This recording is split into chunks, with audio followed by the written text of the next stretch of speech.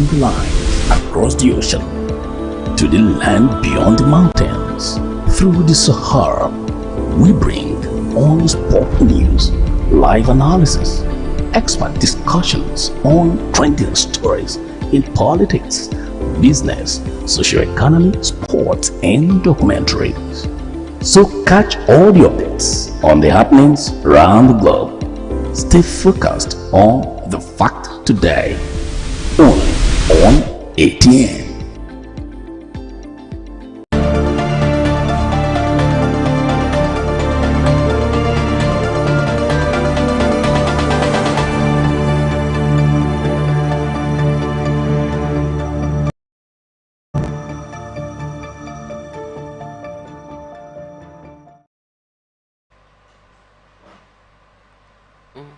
Welcome to Atn Business Live on Atlantic Television Network.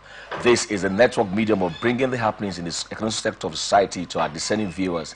This program is aimed at bringing to the doorstep of viewers the business, financial, and economic activities from all strata of society.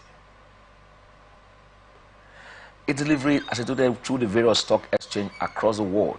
News about government economic activities, laced with expert opinion, stakeholders analysis, and correspondence report. Today on Atn Business. Investors lose 773 billion as bearish trends continue. And on taxation, CITN commends training for officials of Gambian Revenue Authority. On petroleum, federal government says refineries may not get enough crude oil. Finance, CBN raised benchmark on interest rate to 22.75%. This and many more we intend to bring your way on ATN Business today. Of course, on our interview segment, our guest is already seated. Don't go anywhere. We'll be right back after this short break. From the lines across the ocean to the land beyond the mountains, through the Sahara, we bring on sport news, live analysis, expert discussions on trending stories in politics, business, socio-economy, sports, and documentaries. So catch all the updates on the happenings around the globe. Stay focused on the fact today, only on ATN.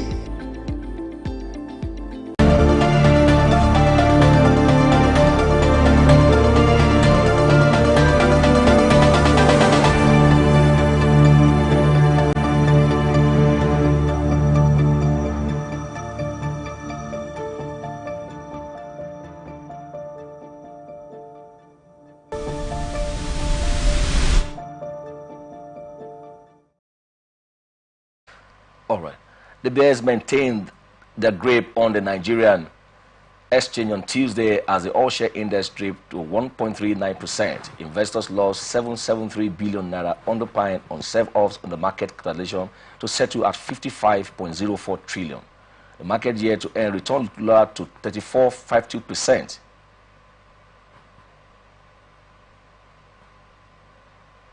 Resulting in 27 losers and 10 gainers. The gainers were led by Prudential PLC, which gained 9.8% to close at 7 naira 80 kobo. Omatech shares appreciated to also 9.8% to close at 0.78 naira. And Julie PLC gained 9.73% to close trading at 2 naira 82 kobo. After days of positive trading, the shares of ABN Holdings declined by 10% to close at 30 naira 60 kobo. ABN Holdings had emerged as the most capitalized financial firm on Monday. Other losers include Multivirus and MTN Nigeria, whose shares also dipped by 10% at 9.94% to close at 15 naira 30 kobo and 222 naira 90 kobo respectively. Transcorp emerged as the most traded security by volume with 44.41 million units traded in 535 trade, while NASCON was the most traded stock in terms of value, totaling 893.68 million naira. Transaction volume for the day recorded 280.46 million compared to the previous day, 277.48 million unit valued at 6.12 billion from 9,141 deals. The number of stocks traded at the close of the day session stood at 12 across sectors. Bearish sentiment was widespread, notably in the banking, insurance, and consumer goods sectors, which recorded declines at 3.35%, 2.9%, and 0.17% respectively, driven by share sentiment in key stocks like ABN Holdings, NASCON Industries, MTN Nigeria, AXA Mansard, United Bank for Africa, and Access Corp. Likewise, the industrial goods index closed southward by 0.05% due to negative price movement in Multiverse and Lafarge Africa. The oil and gas index remained muted. The Chartered Institute of Taxation of Nigeria has commenced the third batch of in-house intensive training and tax audits in the oil and gas industry for senior officials of the Gambian Revenue Authority. Speaking at the opening ceremony of the training in Lagos on Monday, the President and Chairman of the Council of CITN, Mr. Samuel Abeluyi, emphasized the urgency for the African continent to unite and strive for excellence across all aspects of human endeavor through collaborative efforts, aiming for greater accomplishment. Abeluyi expressed excitement at the Gambia Revenue Authority decision to seek expertise from CITN. He affirmed CITN's ability to provide the necessary knowledge and tax audits in the oil and gas sector. He stressed the importance of transparency and accountability in governance and assured that the training would better equip Gambian tax personnel for challenges in the sector, drawing from Nigeria's experience. According to the CITN boss, the training, which would last for 8 days, is aimed at boosting the capacity for tax personnel for effective and efficient tax audits in the oil and gas industry in Gambia. The Director of Legal and Board Services of the Gambia Revenue Authority, Abdul Rahman Ba, mentioned that the training's goal was to enhance its capabilities and fortitude, aligning with the country's ambition to tap into excessive oil prospects. We recognize the importance of laying a strong foundation before tapping into our prospects. With Nigeria's reputation as a prominent player in the oil industry, we are eager to learn from their expertise. Our focus is on understanding effectively managing tax implications associated with oil and gas operations, ensuring responsible handling of all revenues and fostering ethical practices, Ba added. The Minister of State Petroleum Resources Oil, Heneke Lokpobiri, has said the newly regulated Dangote Petrochemical Refinery, Port Harcourt Refinery, Warri Refinery, and modular refineries in the country may not get enough crude oil locally to the production of petroleum products unless deliberate efforts are made to increase investment and crude production in the sector. Lokpobiri said unless the country ramp up production by handing over its oil wells to capable investors, the refineries will not get enough feedstock to produce enough oil, even for local consumption. On January 12, Dangote Refinery announced that it had begun the production of both diesel and aviation fuel. Dangote Refinery, a subsidiary of Dangote Industries Limited, is a 650,000 barrels per day crude oil refinery located at Dangote Industries Free Zone, Ibejuleki, Lagos, Nigeria. As of January, it was said that the facility had received 6 shipments of 1 million barrels each of crude oil from Nigeria National Petroleum Company Limited. Recently, Shell Nigerian Petroleum said it had completed the supply of 450,000 barrels of crude oil to the newly regulated Port Harcourt Refinery. However, both the major and the independent marketers said they had yet to receive refined product from any of the refineries as the NNPCL continues importation of fuel with scarce foreign exchange. Speaking at the 7th edition of Nigeria International Energy Summit held in Abuja on Tuesday, the minister said Dangote Refinery alone will need up to 650,000 barrels of crude oil daily, while the government-owned ones will get about 450,000 barrels too, according to him. Nigeria has in the last 5 years slowed down investment, saying we are the lowest in the world. If you talk on investment to reserve ratio, Nigeria is 25%. Nigeria is the least in the world. Between 2017 and 2022, if you look at the figures, Nigeria investment compared to our reserves is 25%. That is not idle, even in the face of dwindling crude production. We need to ramp up production. There are so many idle wells that we can give to the right people. We need to ramp up production in the upstream so that the midstream and the downstream can also be successful. We need to increase our production in the upstream so that we will be able to produce the right quality that will service our obligations both locally and internationally. The Central Bank of Nigeria has on Tuesday raised its benchmark on interest rate, the monetary policy rate, to 22.75%. This represents 300 basis points from the current 18.75%. The CBN Governor Yemi Cardoso disclosed this at the end of the Monetary Policy Committee MPC meeting held in Abuja today. Recall that in 2023, Nigeria's MPC implemented a strategy of gradually increasing the MPR over 4 consecutive meetings. Other important indices such as cash revenues ratio and liquidity ratio stayed constant throughout the time, despite these aggressive efforts, with the CRR remaining at 32.5% and the liquidity ratio at 30.0%.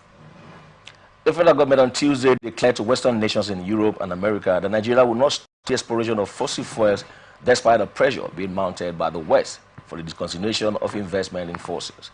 He also stated that some of the countries in Europe and America have been investing in fossils, but we're asking Africa to stop further exploration of crude oil on the continent. The Minister of State for Petroleum Resources, Heneke Lokobiri, who disclosed this at the summit in Abuja, also revealed that the federal government was working hard to halt the complete divestment of international oil companies out of Nigeria. He said, I was in Davos January and I was privileged to participate in several panels, and everybody was talking about the abandonment of fossil fuels and that people should not invest in fossil fuels. And I asked one American diplomat by saying, look, why don't you start with America? America is the highest producer of oil. They are ramping up production, but they're asking us to stop. Remember that last year, United Kingdom, under the present Prime Minister, gave about 100 licenses for oil exploration. This means that the West is not slowing down in exploration, but we are being asked to slow down or stop investment in fossil fuel. I've always told them that we are not the problem. We are the victims and we will transit at our own space. The minister has noted that Norway and many other countries in the West are investing in fossil fuel exploration, but ironically, they have been urging African countries to halt production. Our target is to explore these resources in an environmentally friendly and sustainable way. We are not stopping. We need the money to be able to transit, and for us to transit, we will get the right investment, the Lokobiri stated. He also stated that the country must increase its crude oil production in order to meet both domestic and international obligations.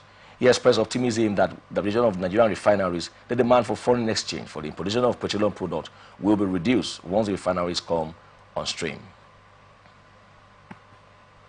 The federal government on Tuesday announced that the $700 million Obiafu Obricom Oben gas pipeline, popularly called OB3, will be completed in March 2024, a project that commenced in 2016. It announced this at the ongoing 7th Nigeria International Energy Summit in Abuja, where President Bola Tinubu also provided some explanations on why his government had to remove petrol subsidy despite how difficult it was. Providing a couple of status reports on Nigeria's gas sector during these remarks at the summit, the Minister of State for Petroleum Resources, Gas, Ekberikpe Ekpo, described the OB3 gas pipeline as one of the biggest gas transmission systems in both Nigeria and Africa. Another milestone in our journey towards the gas-focused economy is the Ajaokuta-Kaduna-Kano pipeline. I am pleased to report that significant progress has been made in the construction of this critical infrastructure project, and we are on track to ensure its completion and commissioning as scheduled. The Obiafu Obricom Oben OB3 is a vital piece of gas infrastructure for the supply of feedstock to the AKK pipeline. The pipeline is among the biggest gas transmission systems in both Nigeria and Africa. I'm highly elated to announce that, going by the contractor estimates, the OB3 pipeline will be completed by March 2024. And the 42-inch, 127-kilometer pipeline will supply 2 BCF, that is 2 billion standard cubic feet per day, the minister stated.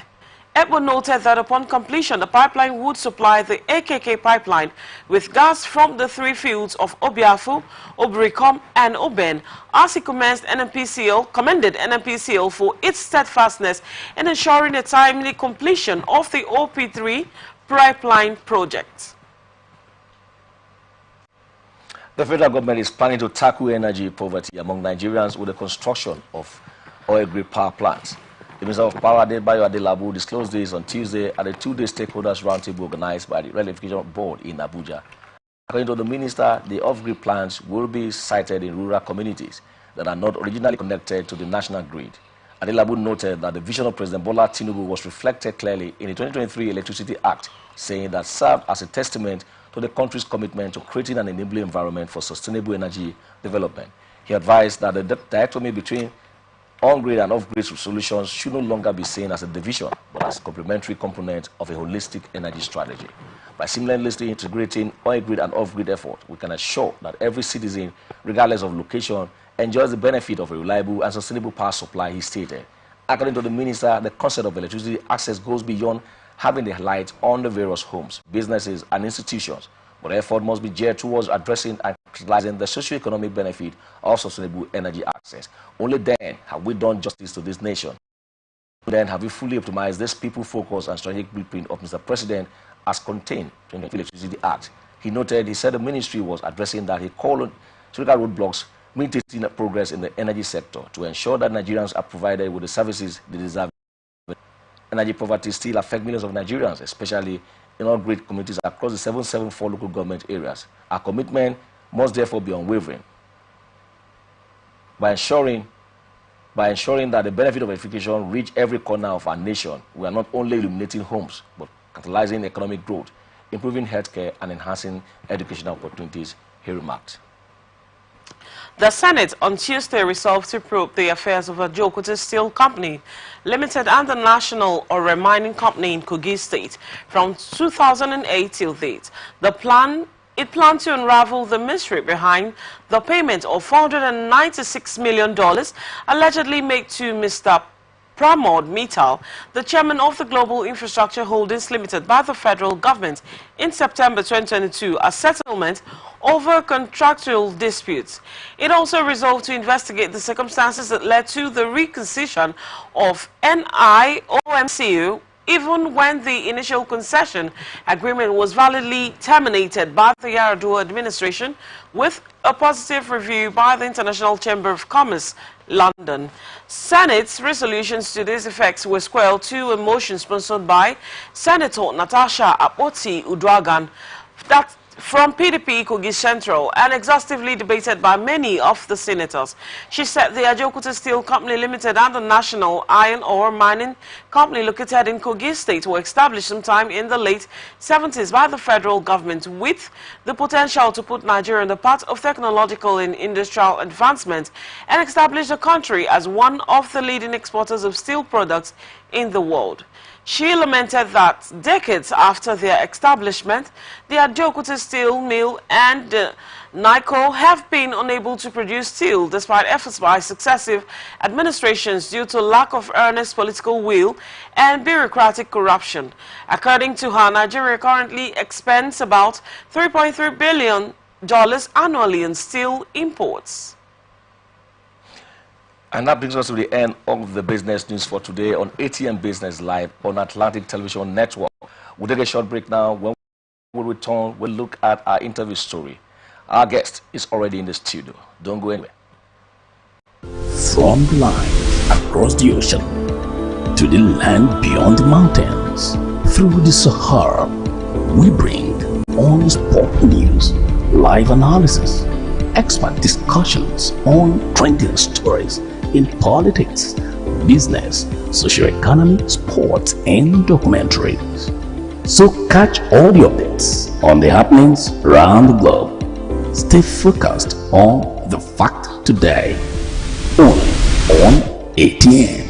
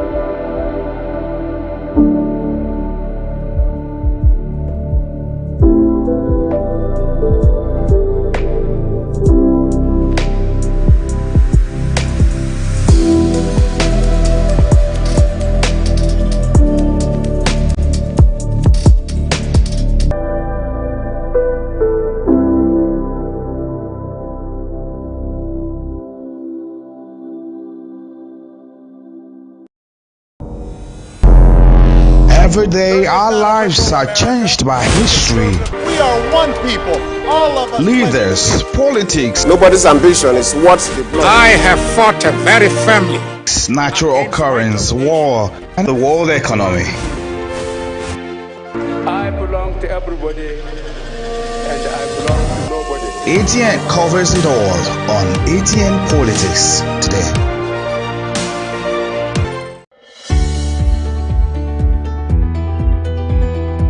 People into the country illegally. That is amazing. Honorables, You human On the point of order. Honorable State, you understand.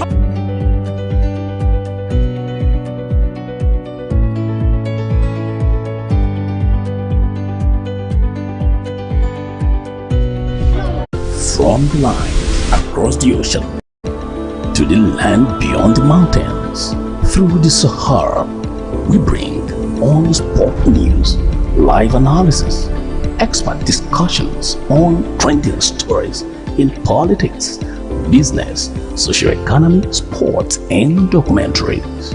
So catch all the updates on the around the globe. Stay focused on the fact today. Only on ATN.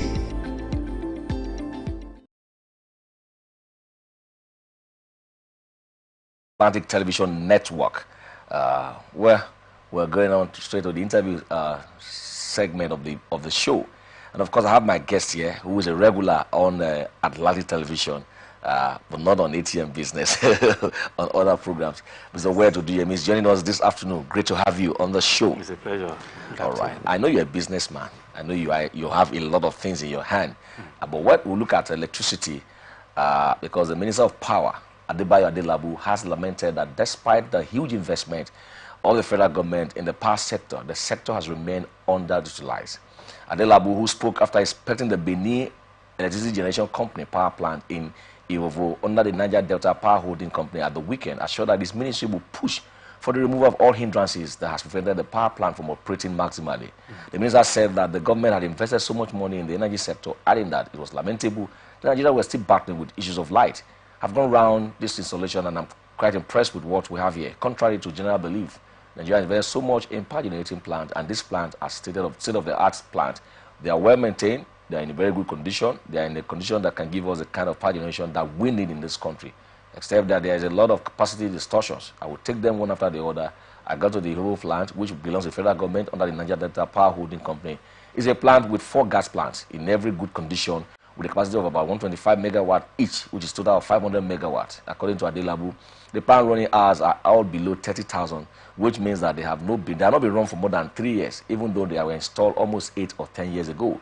They are still like new turbines, but surprisingly, only one turbine that is operational today.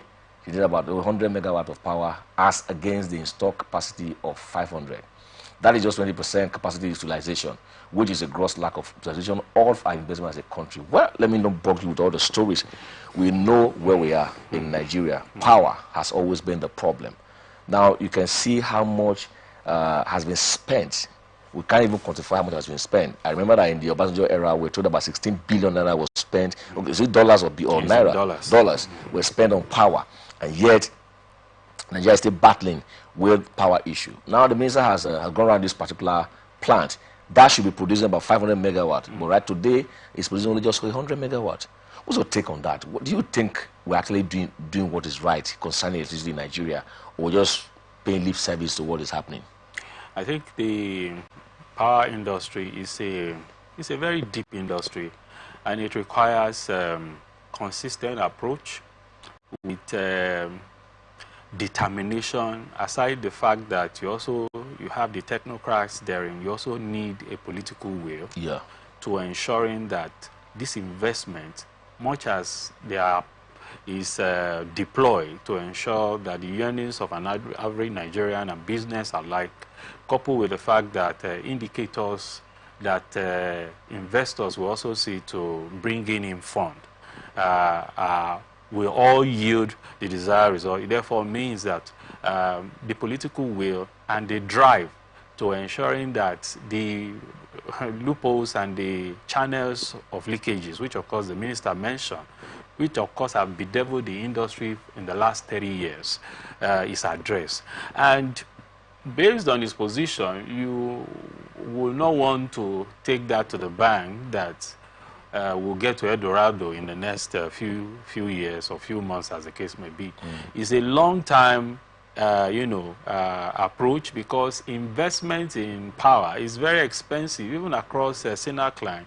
You see heavily investment. It's just that the point we have here is that the the right channel as to ensuring that this investment is protected. And then we have the technical know-how, not that we don't have, but intentional based technical know-how to ensuring that some of this installation across Nigeria will likely deliver on its mandates, so ensuring that a megawatt there, a megawatt here, a megawatt there, you collapse all together, then we have the capacity to which will run, you know, the industry will run, our national economic life will run, various scatter that will bring about the growth that we apparently needed so that we can actually come out of the woes to which we find ourselves. Okay, my concern is this. If we have invested so much money into putting out this plant, why is it difficult to make them work? Is it a kind of, because there was a time we were told that some government officials, you know, a former elected leader in this country owns Mecano, you know, we use that word now, some of these generator giants, you know, and that for that reason they may not want power to be constant so that they could keep selling their business. Do you think that's one of the major problems? So that's one. The point also is that, you know, energy generation, we're told it has 3 compartments, the generation, the distribution, and the other one. Now, the generation, we are doing very well because some of this installation capacity is to generate. Then the distribution channel, then the player, which is the discos, to ensure. So if the discos does not have the required fundamental investment that can help channel the generated energy to consumable, consumer use, it's as good as waste. Because if the installation, because you know some of these things was done over during Jonathan era, where you have to sell off so that government can actually hands off, and then investor, whether liability or assets, they met. And you know, even a few weeks ago, there are these fora where government is saying that it wants to hands off on paying subsidy on power. You know, so the point is that the segment of the distribution and of course the consumer, where the disco we most likely you know, distribute that to the market, there's a gap, and until that gap is addressed, you can generate 30,000 megawatts. Well, you can't distribute. You can distribute. So that alone tells you that your investment has the final user, up until the point that the final user can have access to what was generated. It means that there is a lacuna somewhere. Okay. So until that, and that area where you convert the generator to the, you know, distribution, then the final user have access to it. If you don't have the right personnel and the equipment, we don't lack the equipment. The point is just that the zeal and the intention, and you made mention of players and other interests who will most likely not want the flow, you know, in the market as the wire or in the industry to get to its final destination, where everyone can now actually have, you know, that sense of belonging, because they too in their space, and there are many. It's like a cartel. You know, they have invested. As long as that investment is in place and government policies, and because you also have some of their cronies and some of their who will probably protect their interests, who they are there in the corridor of power, they will ensure, Uncle, you have to ensure that our investment, because part of the reason why we pull out funds to support your campaign is to ensure that our interest is protected. So I'm looking forward to a day like what the minister is doing, that we have them 1, 2, 3, 4, 5 scattered along that corridor, who will stand their ground and ensure the right thing is done. All right. We'll take a short break now, and when we return, we'll continue. My guest already doing justice to all the interview stories, and I bet you that the next story we're treating is something that has to affect you, also affect me as a citizen of Nigeria. Don't go anywhere. It's still ATN Business live on Atlantic Television Network. From the line across the ocean to the land beyond the mountains, through the Sahara, we bring on-spot news, live analysis, expert discussions on trending stories in politics, business, social economy, sports, and documentaries. So catch all the updates on the happenings around the globe. Stay focused on the fact today, only on ATN.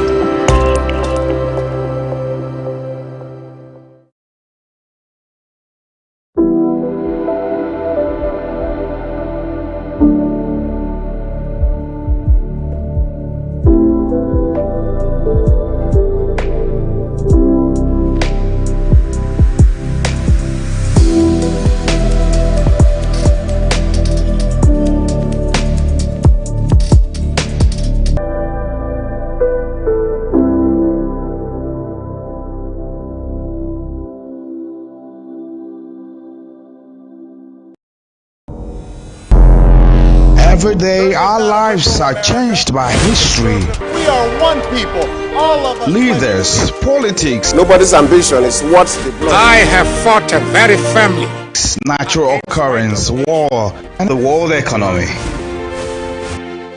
I belong to everybody, and I belong to nobody. ATN covers it all on ATN Politics today.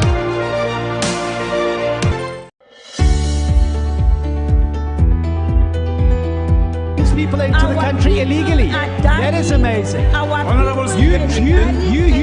From the line across the ocean to the land beyond the mountains, through the Sahara, we bring honest pop news, live analysis, expert discussions on trending stories in politics, business, social economy, sports, and documentaries. So catch all the updates on the happenings around the globe. Stay focused on the fact today, only on ATN.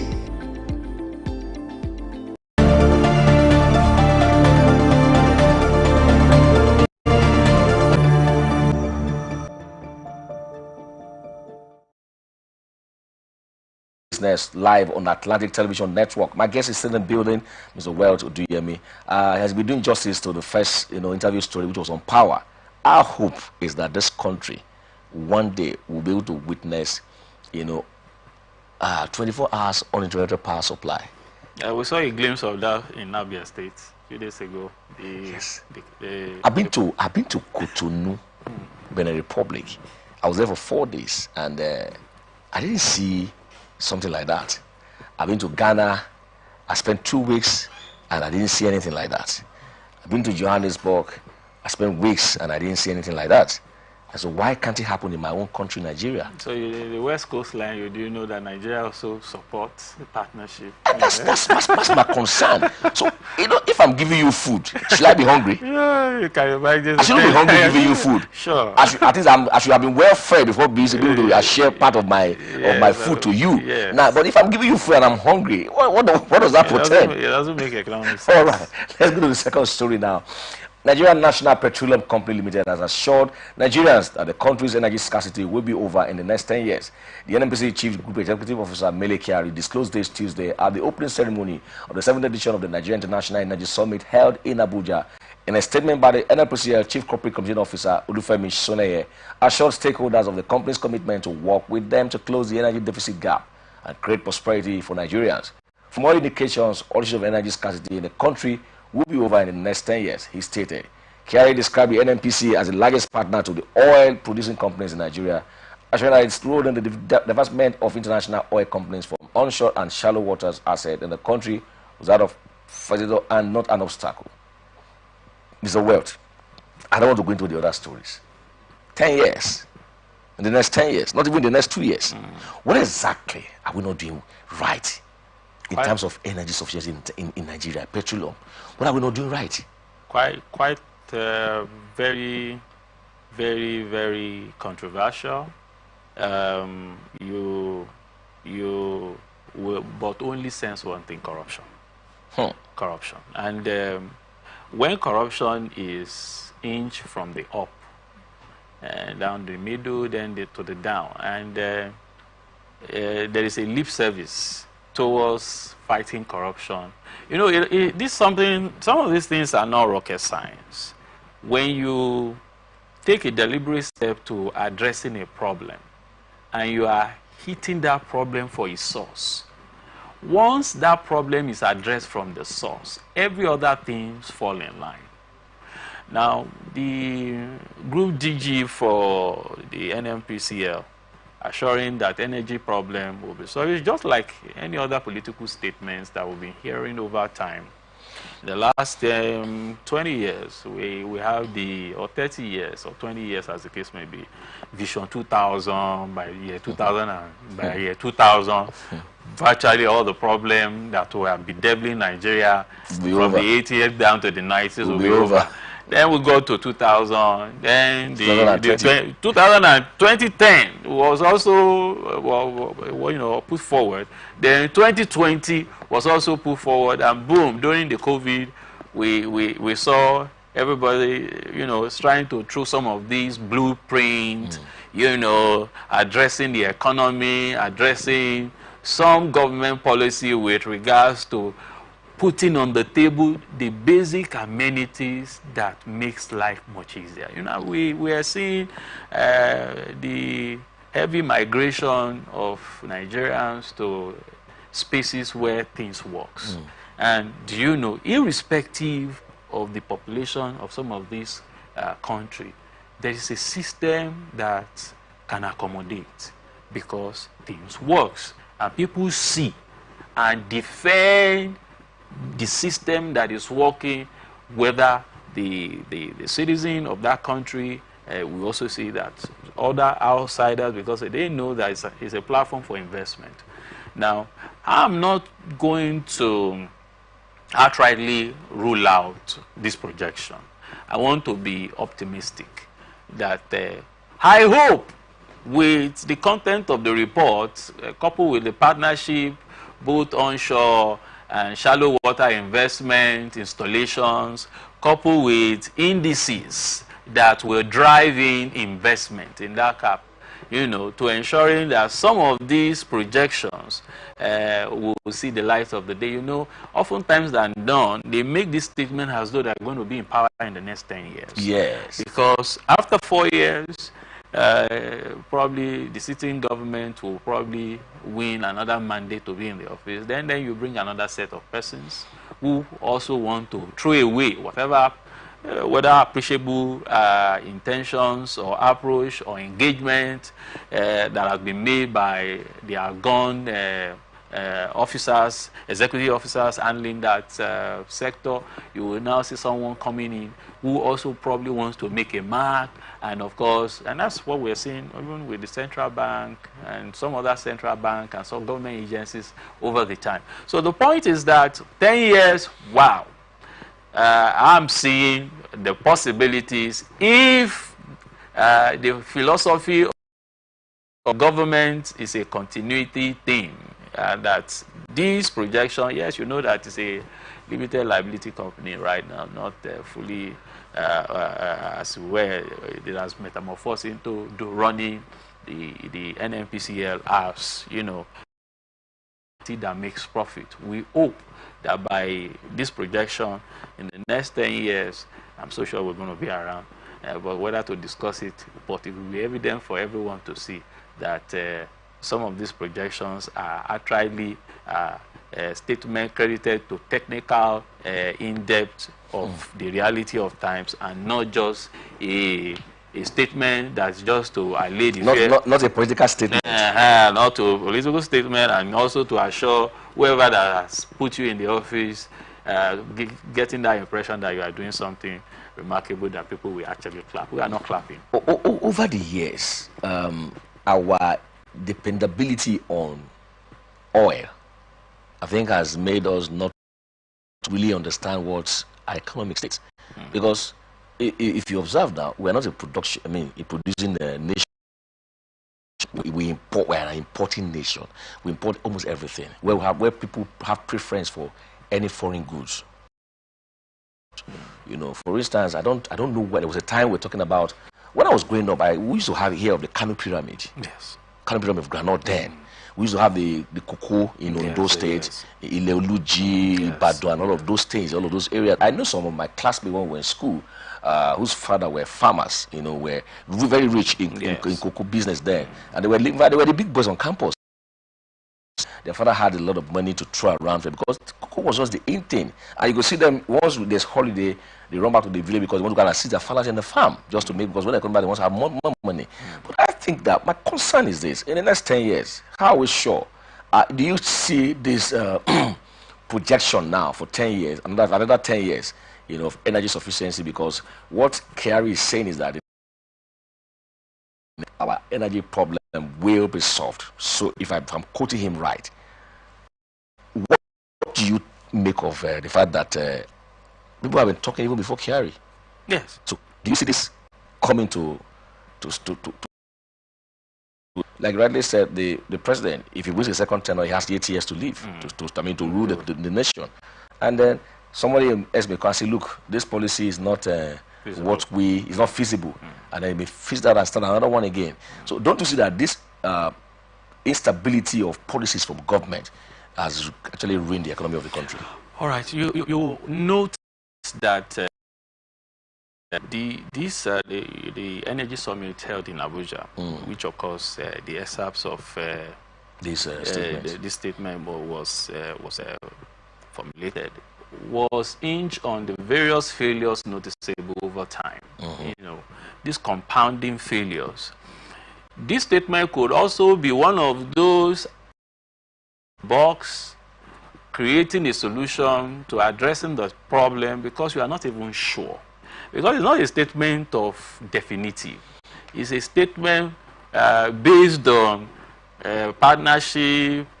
This one is signed on. We have this installation, operation, we have this support. So if you fuse all of these factors or variables together, then in the next 10 years, so it's more like speculative.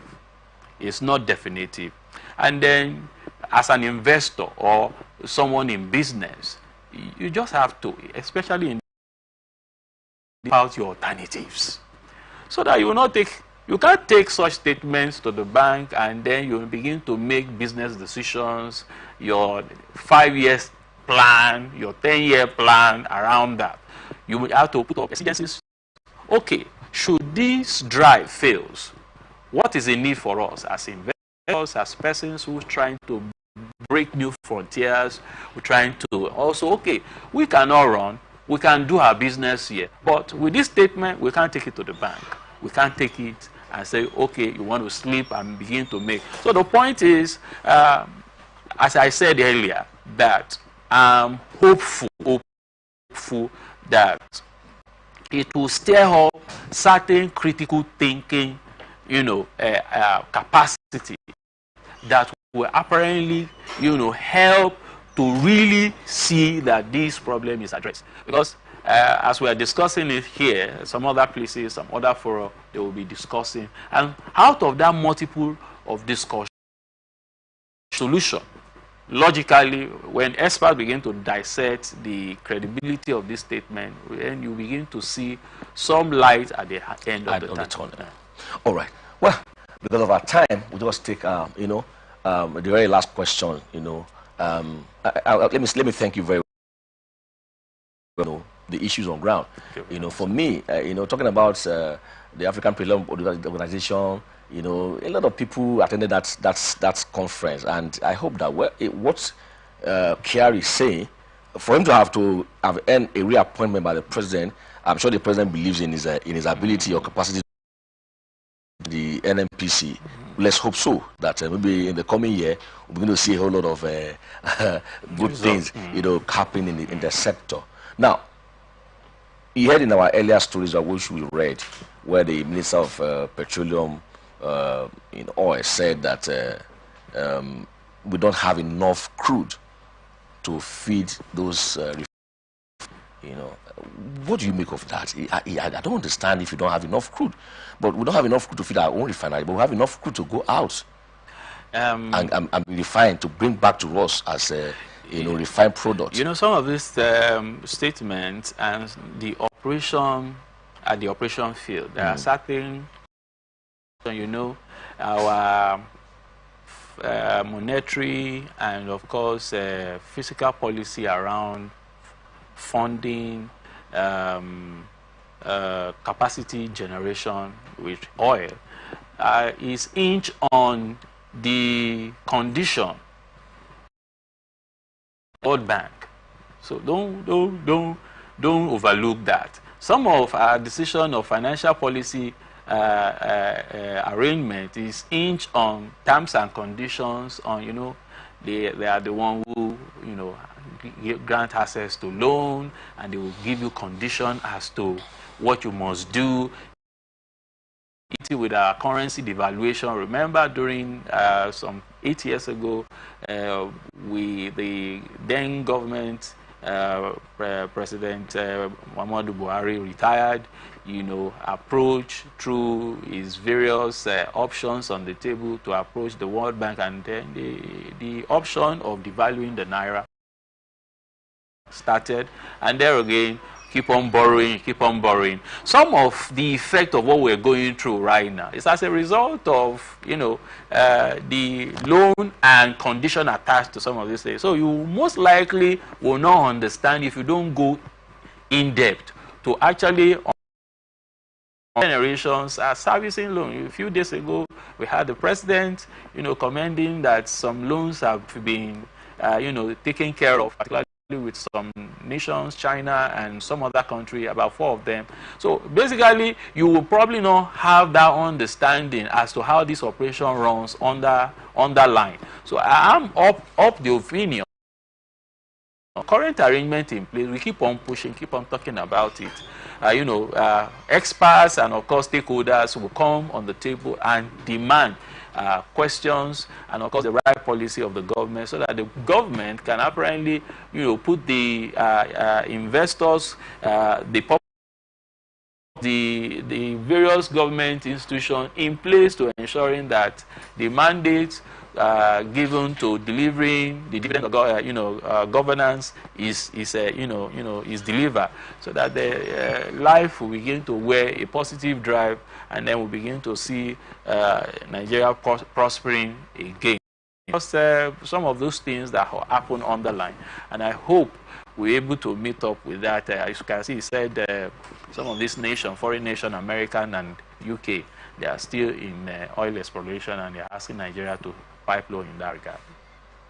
All right, thank you so very much for being a part of the show today. I want to appreciate you. I want to say thank you for coming. It's a pleasure. Well, do state watch Atn Business.